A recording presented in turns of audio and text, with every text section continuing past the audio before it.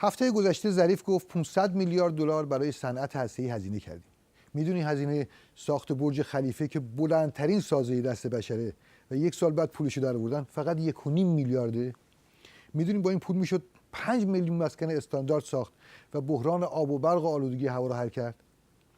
میدونید 500 میلیارد دلار یعنی از سفره هر خانوار 20,000 دلار معادل 2 میلیارد و 600 میلیون تومان دزدیدن؟ میدونید خامنه‌ای هنوزم با چاپ پول و افزایش نرخ دلار و مالیات دو دستی غنیسازی رو چسبیده؟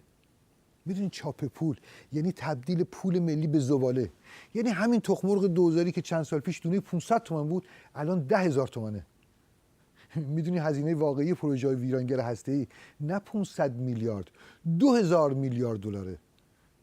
توضیحات و سند مخارج 2000 میلیاردی هسته‌ای رو تو کپشن براتون می‌نویسم. موفق باشید.